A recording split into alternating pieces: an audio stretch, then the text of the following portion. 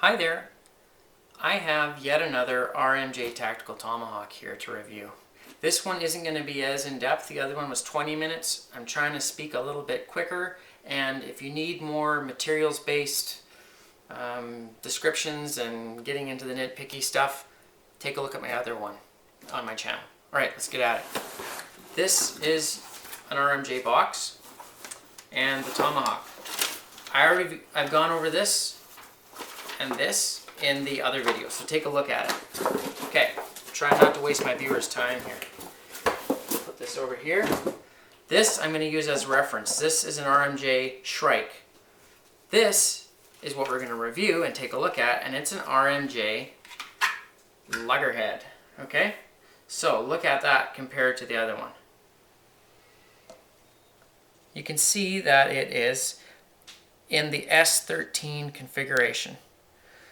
Okay, so it's a smaller, lighter version of the Shrike. Still has the insulated handle that is not conductive. It means it doesn't conduct electricity. And it's a hammer pull tomahawk, which I really like, and I'm going to talk about why. See that? And I'll just slowly pull these apart so you can see how they work here.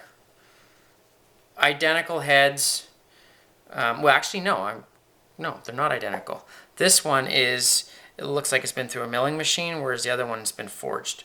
Not sure exactly how this is put together. I think it's also forged, but RMJ has changed their process. Okay, so you've seen it compared to a regular Shrike. I'm going to put the Shrike away, and let's talk about the Loggerhead. Okay, so I'm quickly going to go through this. It's the S13, smaller, lighter version. It's 13.5 inches long. You can see there. When we compare it, and I like to use these comparisons because we all have them, or most of us do. There's a Starbucks card. The head is not that big. Or, take a look here. Here's a Zippo. Right? It's not very big. And there's a man's hand. So, it's 21 ounces. It's 595 grams, or it's 1.31 pounds. And you can see here that they've engraved it June 2013. Okay? Now, I'm going to go through the rest of the stuff fairly quickly, and then I'm going to talk about what I like about it. Which, by the way, if you look at my other video, I griped about this. I griped a little bit about this and how if we had blood and gore in here, that it would be difficult to clean up.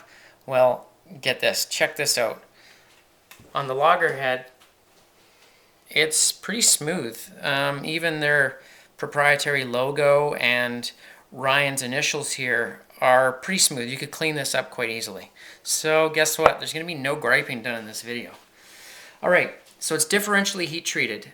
Take a look at my other video. Basically what that means is it's heat treated like a samurai sword is. This is really hard for increased edge retention, and places like the shaft and the pull will probably be not heat treated as much as the blade. Now I'm saying probably because I'm not an expert and I don't know. I'm sure RMJ does.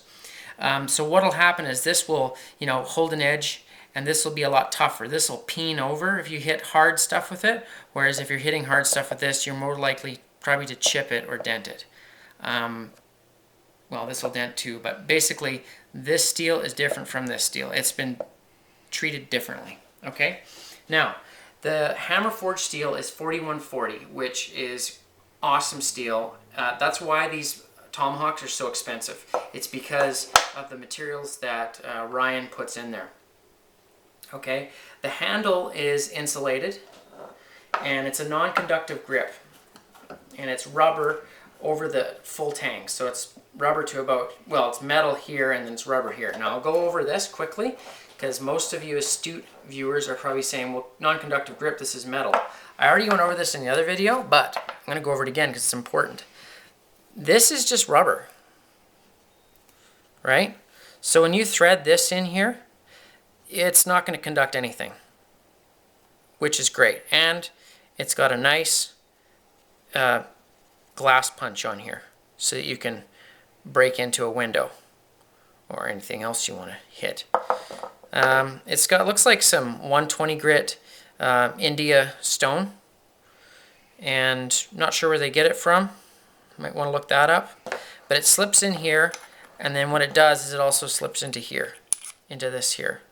So I just put it in there like this. I also want to mention something that I forgot to do on my other video, which is a lot more detailed. I'm trying not to be long-winded here, but I also like to give my viewers a good review. Is, look at this. Not sure what knot they're using here. It actually looks like a hangman's slip knot here, a noose. But you can adjust this for your wrist, right? So that you can wrap yourself into it. And really, you know, if you're in a situation where this might fall and you never get it back again, great. Most of the time, I think it would be in my way, and I would not want it hanging up on gear, especially if I had to use it in a tactical situation, which I'm going to talk about. So if this was mine, and it is, probably going to cut this off. And I'm going to talk about reasons why. In my civilian life, it's great, but if back in the day when I was in the military, the light infantry, I would not want that on here. We'll talk about it in a minute. So again, it's got a bottom eject Kydex sheath on it, and it's got the rump molly platform. I'm not going to go into that. There's lots of information there out there on it. I really, really, really like RMJ's sheath for this. It's also a lot safer than when you're ejecting this bad boy here, okay? I don't know why, but it's pretty bad. Now, when I don't say bad, I mean more like badass kind of thing. But what I'm going to talk about with this one is you can just easily really just push it off here. It's a lot easier to pull out than that spike. Now, one of the representatives from RMJ said, well, you know, if you pull it off, you know, like a pack or something like that, it's easier. Because I was talking about how difficult it was to get out when I was just doing it by hand. But I was doing that for the sake of my review. Okay, so pop it out here. It comes out the bottom. Always be mindful that this beard is razor sharp on a new one, and it'll get you. It's gotten me. RMJ has talked about this. It's kind of funny that they have lots of band-aids, and you should too. Basically, when you're getting orientated with your new tool / weapon, just be aware that this is purpose-built, and this area here is considered the killing portion of the edge. This is more utility, and this is all about cutting flesh, okay?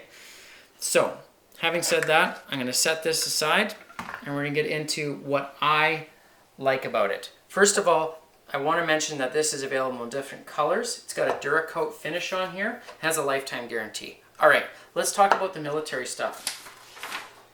Some of my viewers here, if they're military or ex-military, will recognize this. This is a trip flare. It's used by the Canadian Armed Forces and the Americans, and maybe some other NATO countries. Now, I had to set quite a few of these up, and what I had a problem with was setting them up. It always came with neat little nails that were black, and they're flat, and they're hard to see, and they're perfect for setting up your perimeter. But I always had to pound those nails in. Now, I tried using the butt of my bayonet, but I did not ever want to hit this mechanism when I was hammering it in, or I would get cut on the wire and stuff here. I just didn't like that. Now, in hindsight, if I had something like this, I could easily, with this pole, it doesn't have to be wide. You're not driving it from here to Kentucky. All right, I'm in Canada, I'm just saying south, nothing against my friends in Kentucky, is you just tap it in. So you could just easily tap a nail in. Plus, if you were to use this in a military type situation, this is a very light and fast hawk when compared to this one here. It's a lot lighter, it's a lot faster, a lot more agile, okay? This one's a great hawk too, but I'm not reviewing it right now, I'm just using it as an example. A lot of times, we focus on this being stuck into the cranium or the skull of someone. And yes, it will work. However, I'll say this. You use this on somebody and you get it wrong, it will glance off. And skulls are quite hard, right? And they've got flesh, so this thing can glance off. I'll tell you, this won't glance off. You can smack and you can reload and go back for essentially blunt force trauma. This would be a quicker hawk if you're gonna put somebody down, or I want to say knock them out, but you know, it's kind of colloquial language. you want to stun them and then use it for other purposes, right? Which we'd flip this around and maybe employ this. And I'm not going to go there because sometimes other people watch these channels and they get some pretty kooky ideas. I'm speaking to soldiers right now when I say that. This is an excellent weapon, and blunt force trauma with this is excellent. And you're not stuck in the side of someone's helmet, you're not stuck in the side of someone's head when you're using it. You can pull it back and give the person another love tap, okay? So, I really like the idea of this, and I wish I had it when I was in the light infantry. This was a nice hawk to have with you. Now when I say light infantry, we had to carry everything, and some guys and gals are probably smiling and laughing when I say that. The light infantry isn't that light because we take everything with us. Okay, so that was one of the applications that I could quickly print off the internet, and that was setting up trip flares. Okay, I know I've done this kind of quickly, but now I'll just go through it physically here. It's the same as the Shrike. I'm thinking, you know, identical, other than this is a little bit more polished. This one here, the fit and finish is way better than this. This one you can still see the forging process here and evidence of it. Okay, it's faster than the Shrike, and the handle is in a different length. But other than that, that's about the only difference. Well, obviously in the spike here, which we can all see with our eyes. So, I'll put this guy away, but I love to use it for comparison. All in all, I'm going to be doing more of an extensive review. This is in my kitchen, you know, looking at this, and I want to just show it to people and just see what it's like up against some hands, you know, a Zippo, you know, my Benchmade. It's a nice hawk, and I really like it. There's a practical side of this. This is excellent for both military and civilians. And if I only was going to buy one hawk, this would be it. Because hopefully after your military service, you can get out and maybe, you know, show your son how to split kindling or something. This is not the best for splitting kindling, but there's a lot more utility purpose behind this afterwards. Okay? So, without further ado and any more yada yada talking, I hope that you enjoyed this brief review of this fine American-made Tomahawk, and I hope that RMJ looks after their production and they can get these out to the men and women that use them out in the field to keep North America safe. So, my heart's going out to all the soldiers out there. As a former soldier myself, I'm thinking about you guys.